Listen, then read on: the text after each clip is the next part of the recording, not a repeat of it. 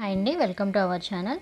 ఈరోజు క్లాస్లో ఏంటంటే బయాలజీ కంటెంట్కి సంబంధించిన సజీవులు నిర్జీవులు టాపిక్ నుంచి రిమైనింగ్ టాపిక్ అనేది ఎక్స్ప్లెయిన్ చేసుకోవడం జరుగుతుంది. దీనికి ముందున్న టాపిక్ ఆల్రెడీ మనం ఎక్స్ప్లెయిన్ చేసుకున్నాం అనమాట. జీవం లక్షణాలు అనే టాపిక్ అనేది ఎక్స్ప్లెయిన్ చేసేసుకున్నాం ఆల్రెడీ. సో ఈరోజు క్లాస్లో ఏంటంటే జీవుల మౌలిక లక్షణాలు అనే టాపిక్ని ఎక్స్ప్లెయిన్ చేసుకుంటున్నాం. సో ఇందులో ఫస్ట్ వచ్చేసేసి ఏంటంటే కణ వ్యవస్థ ఉన్నత శ్రేణి నిర్మాణం. కణ వ్యవస్థ అంటే ఏంటంటే మనం ఇంతకుముందు క్లాస్లో ఆల్రెడీ చెప్పుకున్నాం. ఏం చెప్పుకున్నాం? కణాలన్నీ కలిసి కణజాలాలుగా ఏర్పడతాయని మనం చెప్పుకున్నాం. కణాలన్నీ కలిసి ఎలా ఏర్పడతాయని చెప్పుకున్నాం? కణజాలాలుగా ఏర్పడతాయని మనం చెప్పుకున్నాం కదా. సో అసలు కణ వ్యవస్థ ఏంటి అనేది మనం ఇక్కడ చెప్పుకోవడం జరుగుతుంది. జీవుల మౌలిక లక్షణాలు. సెల్ అనేది చెప్పుకుంటాం కదా. Cell is a structural and functional unit of a life అనేది దాని నుంచి మనం రిమైనింగ్ అనేది నేర్చుకోవడం జరుగుతుంది ఈరోజు క్లాస్లో. కణ వ్యవస్థ ఉన్నత శ్రేణి నిర్మాణం. కణ వ్యవస్థలో ఫస్ట్ ఏంటిది మనకి ఉన్న టాపిక్ ఉన్నత శ్రేణి నిర్మాణం. జీవుల దేహాలలో అనేక కణాలు ఉంటాయి. ఎస్, ఇదేంటంటే సింగిల్ సెల్ ఆర్గానిజమా మల్టీ సెల్యులర్ ఆర్గానిజమా అనేది తర్వాత పక్కన పెడితే, సో ఓకే, అమీబా లాంటి ఏకకణ జీవులు ఏంటంటే ఒకే సెల్ అనేది ఉంటుంది. కానీ రిమైనింగ్ ఏదైతే మల్టీ సెల్యులర్ ఆర్గానిజమ్స్ని చూసుకుంటే ఆ జీవుల దేహంలో అనేక కణాలు అనేవి ఉంటాయి. ప్రతి కణం ఏంటంటే ప్లాస్మా త్వచం ద్వారా ఇతర కణాల నుంచి వేరు చేయబడి ఉంటుంది. అంటే ఒక సెల్లో నెంబర్ ఆఫ్ ఫంక్షన్స్ అనేవి జరుగుతూ ఉంటాయి. మనకి కంటికి కనిపించిన అనేకమైన ఫంక్షన్స్ అనేవి, అంటే చాలా క్రియలు అనేవి కణంలో జరుగుతూ ఉంటాయి. ఈ కణంలో జరిగే ప్రక్రియలు పక్క కణంకి ఉన్న ప్రక్రియ, అంటే కణంలో జరిగే ప్రాసెస్కి డిస్టర్బెన్స్ కలగకుండా ఉండటానికి ప్రతి కణం దేంతో కవర్ చేయబడి ఉంటుంది, వేరు చేయబడి ఉంటుంది అంటే ప్లాస్మా త్వచం ద్వారా ఇతర కణాల నుంచి వేరు చేయబడి, అంటే ఏ కణానికి ఆ కణానికి సపరేట్ ప్లాస్మా లేయర్ అనేది ఒకటి ఉంటుంది. ఈ త్వచం తన ద్వారా రవాణా అయ్యే పదార్థాలను నియంత్రిస్తుంది. ఎస్, ఇదేంటంటే దానికి ఒక ఇది ఉంటుంది. ఏ పదార్థాలను తన గుండా పంపించాలి, వేరే సెల్కి ఏ పదార్థాలను పంపించకుండా ఆపాలనే ఒక సెన్స్ అనేది ఉంటుంది. సో అక్కడ కంట్రోల్ చేయబడుతుంది అనమాట. జీవ ప్రపంచంలో ప్రధానంగా 2 రకాల కణాలు ఉన్నాయి. ఈ జీవ ప్రపంచంలో ఎన్ని రకాల కణాలు ఉన్నాయండి? ప్రధానంగా అంటే 2 రకాల కణాలు అనేవి ఉన్నాయన్నమాట. కేంద్రక పూర్వ కణాలు అంటే ఏంటి? నిర్దిష్టమైన కేంద్రకం లేనివి. కేంద్రక పూర్వ కణాలు అంటే వాటిలో నిర్దిష్టమైన కేంద్రకం లేనివి అంటారు. సో దీని గురించి ఫర్దర్గా డీటెయిల్గా ఫర్దర్ క్లాసెస్లో దీనికి సంబంధించిన టాపిక్ వచ్చినప్పుడు నేను చెప్తా. ఎందుకు కేంద్రక పూర్వ కణాలు, ఎందుకు నిజ కేంద్రక కణాలు అనేది. అంటే కేంద్రక పూర్వ కణం అంటే నిర్దిష్టమైన కేంద్రకం లేనివి మాత్రమే. ఆ కేంద్రకంలో కూడా ఏమి లేవు, ఎందుకు ఇలా వచ్చింది అనేది మనం దీని రిలేటెడ్ టాపిక్ వచ్చినప్పుడు మనం చెప్పుకుందాం.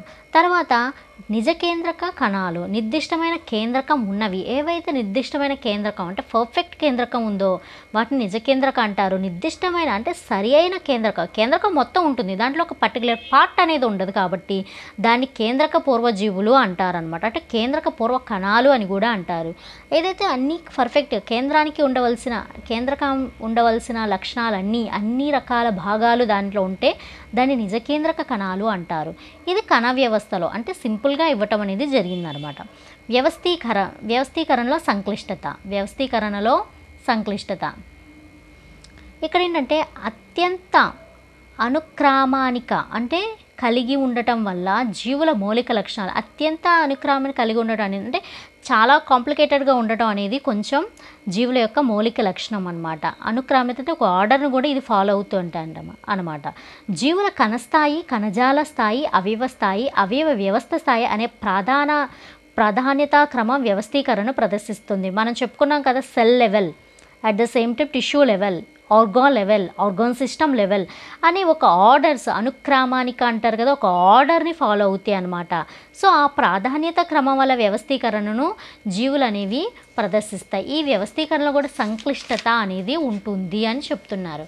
నెక్స్ట్, అనేక అవయవ వ్యవస్థలు కలిసి ఒక జీవి ఏర్పడుతుంది. అనేక అవయవ వ్యవస్థలు కలిసి ఏం ఏర్పడుతుందండి? ఇక్కడ ఒక జీవి అనేది ఏర్పడుతుంది అని చెప్తున్నారు. అనేక అవయవ వ్యవస్థలు కలిపి ఏం ఏర్పడుతుంది? ఒక జీవి అనేది ఏర్పడుతుంది. అంటే జీవి అనేది ఏదో ఒక సెల్తో, అంటే సింగిల్ సెల్ ఆర్గానిజమ్స్ ఒక సెల్తోనే యూజ్ అవుతాయి. కానీ ఇక్కడే అంటే సింగిల్ సెల్ ఆర్గానిజమ్స్ ఒక సెల్తోనే అన్ని జీవక్రియలను, అన్ని వ్యవస్థలు ఏదైతే మల్టీ సెల్ ఆర్గానిజమ్స్ చేసే అన్ని క్రియలను ఆ సింగిల్ సెల్లోనే నిర్వహిస్తాయి. కానీ ఇక్కడ చెప్పుకునేది ఏంటిది? మనం దేని గురించి చెప్పుకుంటున్నాం? వ్యవస్థీకరణలో సంక్లిష్టత అంటే మల్టీ సెల్యులర్ ఆర్గానిజమ్స్ గురించి చెప్పుకుంటున్నాం.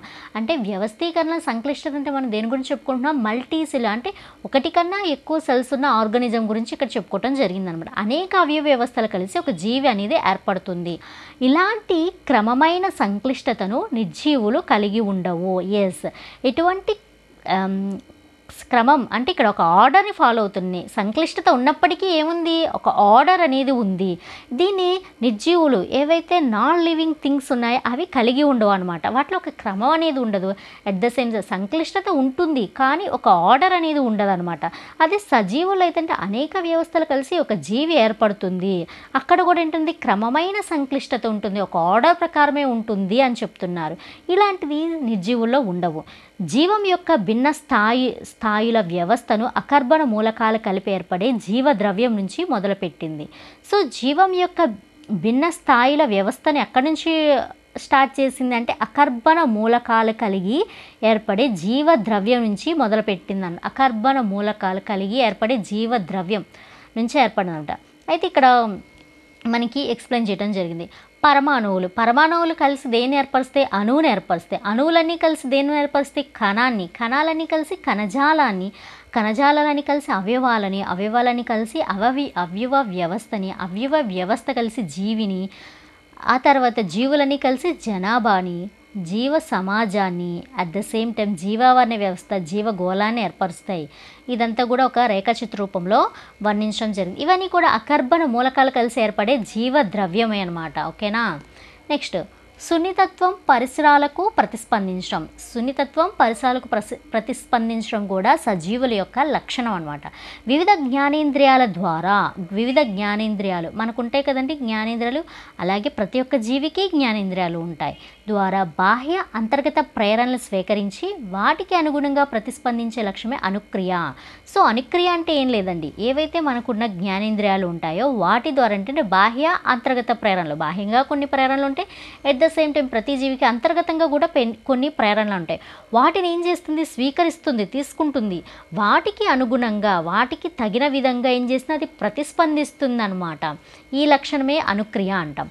అయితే జీవుల భౌతిక రసాయన లేదా జీవ సంబంధమైన పరిసర ప్రేరణలకు అంటే ఏంటి? భౌతిక రసాయన అంటే కాంతి, ఉష్ణోగ్రత, నీరు, వీటన్నిటికి కూడా ప్రతిస్పందిస్తుంది. అంటే లైటింగ్ ఎక్కువ ఉంటే మనం తట్టుకోగలిగిన కాంతి అయితే ఓకే, లైటింగ్ ఎక్కువ ఉంటే మనం ప్రతిస్పందిస్తాం. అబ్బా అని ఇలాగే హ్యాండ్స్ అనేవి కళ్ళలో పడితే ఇలా పెట్టుకుంటాం, అవునా? అలాగే ఉష్ణోగ్రత వేడిగా ఉన్నా కూడా మనం అక్కడి నుంచి కొంచెం దూరం అనేవి వస్తాం. నీరు, వీటన్నిటి కూడా మనం ఏం చేస్తాం అంటే బతికి ఉన్న సజీవులు అనేవాళ్ళు ప్రతిస్పందిస్తారు వీటన్నిటికీ. పెరుగుదల, సజీవుల మౌలిక లక్షణాల్లో పెరుగుదల అనేది ఒకటి. ఎస్, సజీవి అంటే ఖచ్చితంగా ఏముంటుంది? దానిలో మెయిన్గా పెరుగుదల అనేది ఉంటుంది. ఇది కూడా వన్ ఆఫ్ ద క్యారెక్టర్ అనమాట, మెయిన్ క్యారెక్టర్ దేంట్లో? లివింగ్ ఆర్గానిజమ్స్ని మనం గుర్తించటంలో. అయితే ఏకకణ జీవితో సహా ఈవెన్ ఏకకణ జీవి కూడా దాంట్లో నెంబర్ ఆఫ్ సెల్స్ అనేవి యాడ్ అవ్వవు. అంటే సెల్స్ వచ్చేసి యాడ్ అయ్యి ఒక సెల్ గురించి రెండో సెల్స్ అంటే నెంబర్ ఆఫ్ సెల్ డివిజన్ అనేది ఏకకణ జీవిలో జరగదు, కానీ ఆ సెల్ యొక్క పరిమాణం అనేది పెరుగుతుందన్నమాట. ఇక్కడ అర్థమవుతుందా? ఏకకణ జీవి అంటున్నారు కదా, అవి ఎలా పెరుగుతాయి? అది ఒక సింగిల్ సెల్ ఆర్గానిజం కదా, దాంట్లో సెల్ డివిజన్ ఉండదు అంటారు. కానీ దీంట్లో ఏంటంటే ఫస్ట్ ఒక చిన్న డాట్గా ఉన్న ఏకకణ జీవి తర్వాత దాని యొక్క పరిమాణం పెంచుకుంటుంది, కానీ అక్కడ సెల్ డివిజన్స్ ఏమీ జరగవు, అక్కడ సెల్స్ వచ్చి ఏమీ యాడ్ అవ్వవు. సో దాంట్లో కూడా ఏంటి? పెరుగుదల అనేది కనిపిస్తుంది.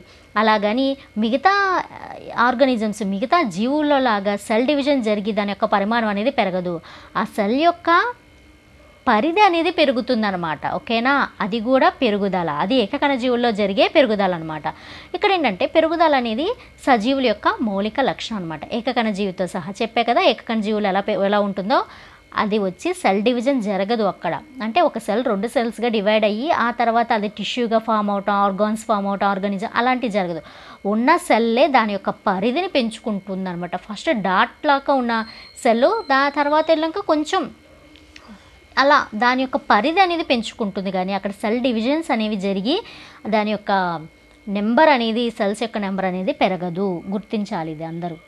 కణాల సంఖ్యతో పాటు ద్రవ్యరాశి ఎక్కువ కావటం పెరుగుదల ముఖ్య లక్షణం. కణాల సంఖ్యతో పాటు ద్రవ్యరాశి దాని యొక్క మాస్ వెయిట్ ఉంటుంది కదా, అది కూడా ఎక్కువ కావటమే పెరుగుదల ముఖ్య లక్షణం అనమాట. అంటే కణాల సంఖ్య చెప్పుకున్నాం కదా, అంటే ఎక్సెప్ట్ సింగిల్ సెల్ ఆర్గానిజమ్స్, ఇక్కడ సింగిల్ సెల్ ఆర్గానిజమ్స్ పక్కన పెట్టండి. కణాల సంఖ్య అంటే మల్టీ సెల్ ఆర్గానిజమ్స్ దగ్గరకు వచ్చేసాం మనం. ఇక్కడ ఏం జరుగుతుంది, సెల్ డివిజన్ జరుగుతుంది. అంటే ఏం జరుగుతుంది, ఇక్కడ కణాల సంఖ్య పెరుగుతుంది కదా, అలాగే దాంతోపాటు ద్రవ్యరాశి కూడా ఎక్కువ అవ్వటం, దాని యొక్క వెయిట్ అనేది కూడా పెరగటం పెరుగుదల యొక్క మెయిన్ క్యారెక్టర్గా చెప్పడం జరిగింది. కొన్ని నిర్జీవులు బాహ్య పదార్థాలను సమకూర్చడం వల్ల, పెరుగుదలను చూపిస్తాయి, కానీ సజీవులో పెరుగుదల అంతర్గతంగా కనిపిస్తుంది. ఫర్ ఎగ్జాంపుల్, మనం ఏదైనా ఏదైనా తుప్పపట్టిన ఒక వస్తువుని కొంతకాలం బయట పెట్టేస్తే దాని మీద ఏమవుతుంది, మిగతాగా యాడ్ ఆన్ అవుతుంది, తుప్పు అనేది వచ్చేసేసి యాడ్ అవుతుంది. అక్కడేంటి, అది నిర్జీవి. దాని మీద ఏం చేస్తుంది, బాహ్యంగా పదార్థం అనేది ఆక్సిడేషన్ జరుగుతుంది. అక్కడ ఐరన్ అనేది ప్రకృతిలో మనం పడేసినప్పుడు, పరిసరాల్లో పడేసినప్పుడు బయట ఉన్న గాలితో ఆక్సిడేషన్ జరిగి దాని మీద ఏమవుతుంది, ఒక ఫ్రెష్గా పెట్టిన ఒక ఐరన్ ఒక వస్తువు అనేది కొన్ని రోజుల తర్వాత ఏమవుతుంది, దానిపైన తుప్పు అనేది పట్టేసి ఉంటుంది. అదే నిర్జీవి, అవునా, అది ఒక నిర్జీవి.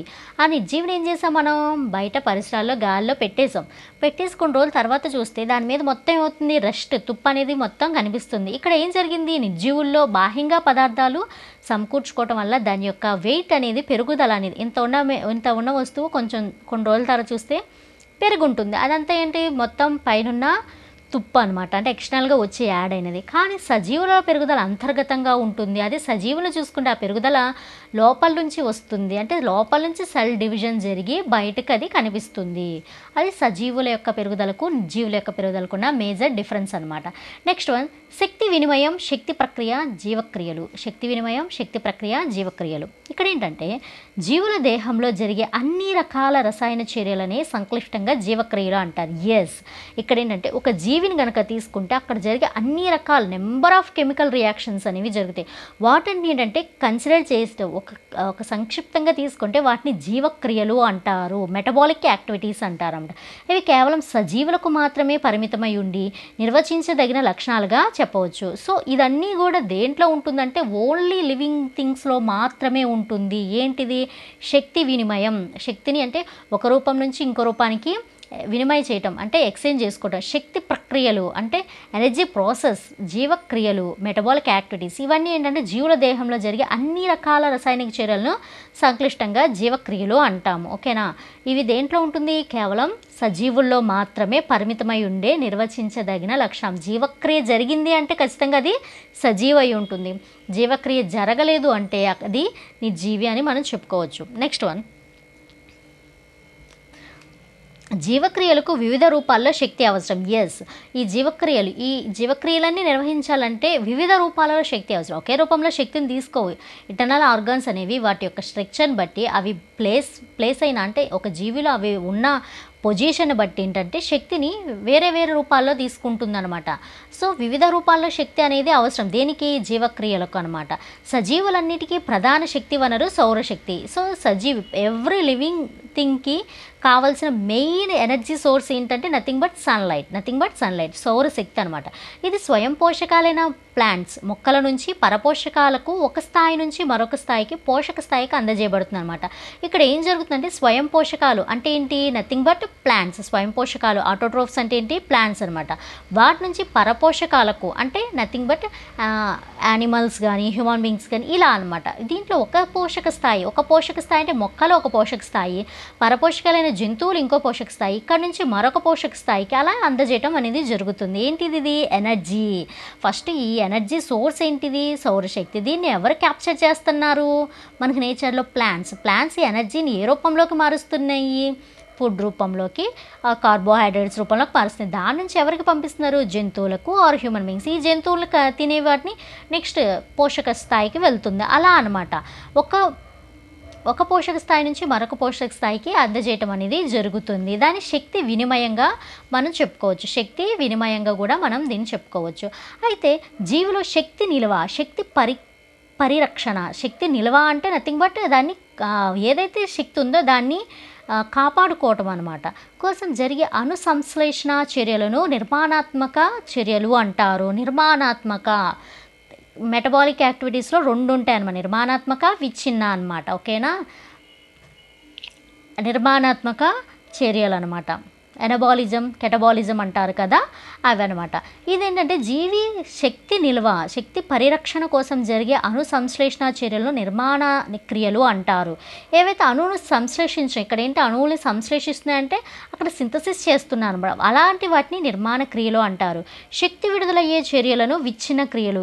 ఏదైతే శక్తిని దాచుతున్నాయో, పరిరక్షిస్తున్నాయో, ఆ అణువు సంశ్లేషణ జరుగుతున్నప్పుడు శక్తిని ఏం చేస్తుంది, దాంట్లో నిల్వ ఉంచుతుంది అనమాట, అలాంటి దాన్ని నిర్మాణాత్మక చర్యలు అంటారు. ఏదైతే శక్తి విడుదల అవ్విందంటే అక్కడ ఏమవుతుంది, విచ్ఛిన్నం జరుగుతుంది. విచ్ఛిన్నం జరిగినప్పుడు ఏమవుతుంది, బయటికి బర్స్ట్ అవుతుంది శక్తి అనేది. అక్కడ ఏదైనా ఒక అణువు అనేది విచ్ఛిన్నం జరిగినప్పుడు దాంట్లో ఉన్న శక్తి ఏమవుతుంది, విడుదలవుతుంది. అటువంటి క్రియలు ఏమంటారు, విచ్ఛిన్న క్రియలు అంటారు. నిర్మాణం, విచ్ఛిన్న క్రియలను కలిపి జీవక్రియలు అంటారు. ఇక్కడ ఒకటే గుర్తుంచుకోండి, నిర్మాణాత్మక క్రియ, విచ్ఛిన్న క్రియకు కన్ఫ్యూజ్ కావద్దు. ఏదైతే ఎనర్జీని, సోర్స్ని నిల్వ చేయటానికి చేసే ప్రయత్నం అణువులను సంశ్లేషణ చేస్తుంది, అప్పుడు ఏం చేస్తుంది, ఎనర్జీని దాయటం అనేది జరుగుతుంది, అక్కడ నిర్మాణం జరుగుతుంది. ఇప్పుడు శక్తి విడుదల అవ్వాలంటే ఆ పర్టికులర్ అణువు ఏమవ్వాలి, విచ్ఛిన్నం అవ్వాలి. విచ్ఛిన్నమైనప్పుడు ఏం చేస్తుంది, దాంట్లో ఉన్న శక్తి అనేది బయటకు విడుదలవుతుంది, దాన్ని విచ్ఛిన్న క్రియ అంటారు. ఎనర్జీని నిల్వ చేసేదాన్ని నిర్మాణాత్మక క్రియ అంటారు, ఎనర్జీని బయటికి పంపేదాన్ని విచ్ఛిన్న క్రియ అంటారు. నిర్మాణాత్మక క్రియ, విచ్ఛిన్న క్రియ రెండింటిని కలిపి జీవక్రియలుగా కన్సిడర్ చేయడం జరిగింది. నెక్స్ట్ వన్, ప్రత్యుత్పత్తి. జీవుల ప్రత్యుత్పత్తి ద్వారా తమ పోలికతో ఉన్న పిల్ల జీవులను ఉత్పత్తి చేస్తాయి. సో ప్రత్యుత్పత్తి యొక్క మెయిన్ ఎజెండా ఏంటంటే తమ పోలికలతో ఉన్న పిల్ల జీవులను ఉత్పత్తి చేస్తాయన్నమాట. అయితే జనక జీవులు ఏవైతే పేరెంట్ ఉన్నాయో, పేరెంట్స్ అనేవి వాళ్ళు ఉన్నారో, డిఎన్ఏ జన్యువుల ద్వారా తమ లక్షణాలు పిల్ల జీవులకు అందిస్తాయి. సో ఇక్కడ ఏం జరుగుతుందంటే పేరెంట్స్ ఎవరైతే ఉన్నారో వాళ్ళు డిఎన్ఏ ద్వారా వాళ్ళ యొక్క క్యారెక్టర్స్, అంటే అవి జుట్టు కానీ, కళ్ళు కానీ, ఇంకా కొన్ని ఉంటాయి కదా, అటువంటివి వాళ్ళ పిల్ల జీవులకు అందిస్తాయి అని చెప్తున్నారు.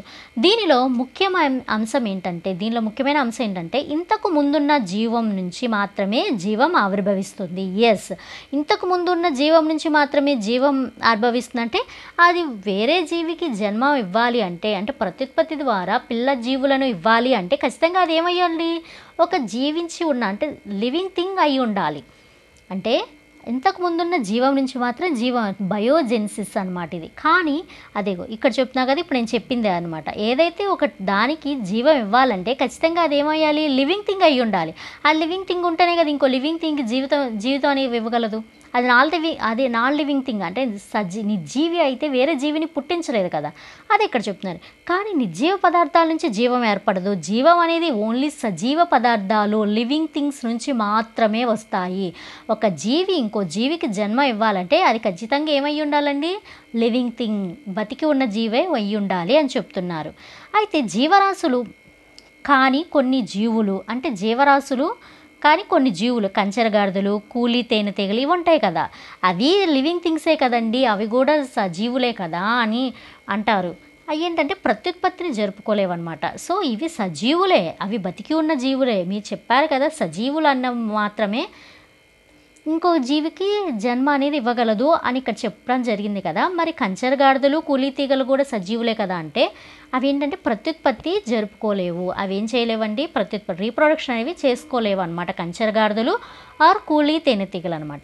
ప్రోటోజోవా జీవులు ద్విధా విచ్చిత్తి అనే అలైంగిక పద్ధతి ద్వారా ప్రత్యుత్పత్తి జరుపుకుంటే, ప్రోటోజోవాస్ ఏం చేసుకుంటే ద్విధా విచ్చిత్తి అనే అలైంగిక ప్రత్యుత్పత్తి, అది లైంగిక ప్రత్యుత్పత్తి విధానం కాదు, అలైంగిక పద్ధతి ద్వారా ప్రత్యుత్పత్తి జరుపుకుంటే. అలాగే స్పంజీలు, హైడ్రా, మొగ్గలు తొడగటం, కొరకి భవనం అనే అలైంగిక పద్ధతిలో ఏం చేస్తాయి, రీప్రొడక్షన్ చేసుకుంటే. ప్లనేరియా దేహం ముక్కలైనప్పుడు ఏం చేస్తుంది, పోగొట్టుకున్న దేహ భాగాలను ఏం చేస్తుంది, అది మళ్ళీ పునరుత్పత్తి చేసుకొని దాన్ని ఏం చేస్తుంది, పిల్లజీవిగా ఏర్పరచడానికి తోడ్పడుతుంది అనమాట. ఓకేనా. ప్లనేరియా అనేది ఏం చేస్తుందంటే ఏదైతే పోగొట్టుకుందో భాగాలు, దానికి ఏంటంటే హెడ్ పోగొట్టుకుంది అనుకోండి, ఆ హెడ్ ఏమవుతుంది, మళ్ళీ పునరుత్పత్తి చేసుకుంటుంది, అదొక జీవిగా వెళ్తుంది. ఇన్ కేస్ ఆ ప్లనేరియా అనేది టెయిల్ పార్ట్ పోగొట్టుకుంటే అది మళ్ళీ టెయిల్గా రీప్రొడక్షన్ చేసుకోవాలి, అంటే మళ్ళీ ఉత్పత్తి చేసుకోగలదు అనమాట. సెల్ డివిజన్, ఆ పర్టికులర్ టెయిల్కి సంబంధించిన సెల్స్ అనేవి డివైడ్ అయ్యి కంప్లీట్ సెల్గా అంటే కంప్లీట్ ఒక టెయిల్గా ఒక ఆర్గాన్గా వస్తుందన్నమాట. అది ఒక పిల్ల జీవిగా ఏర్పడుతుంది. ఇలా ప్లెనేరియాలో ముక్కలవటం ద్వారా అనేది తన యొక్క సంతానాన్ని డెవలప్ చేసుకుంటుంది అని ఇక్కడ చెప్పడం జరిగింది. సమస్థితి. నెక్స్ట్ వన్ సమస్థితి. పరిసరాల్లో మార్పులు ఉన్నప్పటికీ జీవి దేహంలో సాపేక్ష స్థిర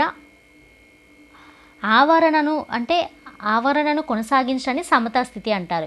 మన చుట్టూ ఉన్న పరిసరాల్లో అనేక మార్పులు అనేవి ఉంటూనే ఉంటాయి. వాటన్నిటికీ అవి అలా ఉన్నప్పటికీ ఆ జీవి ఏం చేస్తుంది, సాపేక్ష స్థిర ఆవరణను అంటే దాంట్లో ఒక కాన్స్టెంట్గా ఉన్న ఒక అట్మాస్ఫియర్ని అది ఏం చేస్తుంది, నిర్మించుకోగలుగుతుంది అనమాట. పరిసరాలు ఎటువంటి మార్పులైనా ఉండని దాని యొక్క బాడీ తత్వం ఎలా ఉంటుంది, సాపేక్షంగా స్థిరంగా దానికంటూ ఒక ఆవరణాన్ని కొనసాగిస్తుంది. దాన్ని సమతా స్థితి అంటారు. అంటే పరిసరాలతో పాటు దీని యొక్క బాడీ యొక్క విధానాన్ని మార్చుకోదనమాట. ఎలా ఉన్నా కూడా దాంట్లో ఎటువంటి మార్పులు వచ్చినా ఇది మాత్రం ఒకే విధంగా ఉంటుంది. ఇలా జీవిదేహంలో అంతర్గతంగా ఒక నిర్ణీత పరిధిలో జరిగే ఒక గతిక స్థిరత్వ ప్రక్రియగా మనం కన్సిడర్ చేయవచ్చు. జీవులు అనేక శరీర ధర్మ అనుకూలనాల ద్వారా ఈ స్థిర ఆవరణాన్ని కొనసాగిస్తాయి. ఇక్కడ ఏంటి గతిక స్థిరత్వ ప్రక్రియ. ఏంటిది గతిక స్థిరత్వ ప్రక్రియ అంటే ఏంటంటే పరిసరాల్లో మార్పులు ఉన్న జీవిలో ఎటువంటి మార్పులు ఉండవు. దాని యొక్క జీవక్రియలన్నీ కూడా కామన్గా జరిగిపోతూ ఉంటాయి అన్నమాట. దాన్ని గతిక స్థిరత్వ ప్రక్రియ అంటారు. అయితే జీవుల అనేక శరీర ధర్మ అనుకూలనాల ద్వారా ఏంటంటే శరీరానికి కొన్ని ధర్మాలు ఉంటాయి. వాటి అనుకూలన ద్వారా ఏంటంటే ఈ స్థిర అంతర ఆవరణాన్ని కొనసాగిస్తాయి. ఈ శరీరానికి కొన్ని ధర్మాలు ఉంటాయి. వాటి ద్వారా ఇది ఇలా స్థిరంగా అంతరావరణ లోపల ఇన్సైడ్ బాడీ లోపల ఒక ఆవరణ వ్యవస్థని కొనసాగించడానికి వీలవుతుంది అనమాట. జీవ పరిమాణం. జీవం స్థిరంగా ఉండదు. జీవం అనేది ఏంటండి, స్థిరంగా ఉండదు. ఇది మనకు తెలిసిందే. అది నిరంతరంగా సరళ రూపం నుంచి సంక్లిష్ట రూపాలకి మార్పు చెందుతుంది. జీవం అనేది ఏంటిది, సరళంగా ఉండి తర్వాత సంక్లిష్ట రూపాలకి మార్పు చెందుతూ ఉంటుంది. ఇది మనకు తెలుసు. ఉత్పరివర్తనాలు లేదా జన్యు పునఃసంయోజనాల వల్ల జీవులలో వైవిధ్యాలు ఏర్పడతాయి. జీవుల వైవిధ్యాలు ఎలా ఏర్పడతాయి అంటే ఉత్పరివర్తనాలు మెయిన్ రీజన్, ఆర్ జన్యు పునఃసంయోజం అంటే జెనెటిక్స్లో జరిగే అంటే ఆ జీన్స్లో జరిగే రీకాంబినేషన్ వల్ల కూడా వైవిధ్యాలు అనేది ఏర్పడతాయి అన్నమాట. అయితే చార్లెస్ డార్విన్ ప్రతిపాదించిన ప్రకృతి వర్ణ సిద్ధాంతం ప్రకారం చార్లెస్ డార్విన్ అనే ఆయన ప్రకృతి వర్ణ సిద్ధాంతాన్ని ప్రతిపాదించారు. దాని ప్రకారం చూసుకుంటే ఏంటంటే జీవులు ఉపయుక్త వైవిధ్యాలను పోగు చేసుకొని కాలక్రమేణా కొత్త జాతులుగా పరిమాణం చెందుతాయి అన్నమాట. సో ఈయన ఏం ప్రతిపాదించారు, ప్రకృతి వర్ణ సిద్ధాంతం అంటే న్యాచురల్ సెలక్షన్ మెథడ్ని ఈయన చెప్పాడనమాట. అక్కడ ఏంటంటే జీవుల ఉపయుక్తం అంటే ఏదైతే యూజ్ఫుల్ అవుతుందో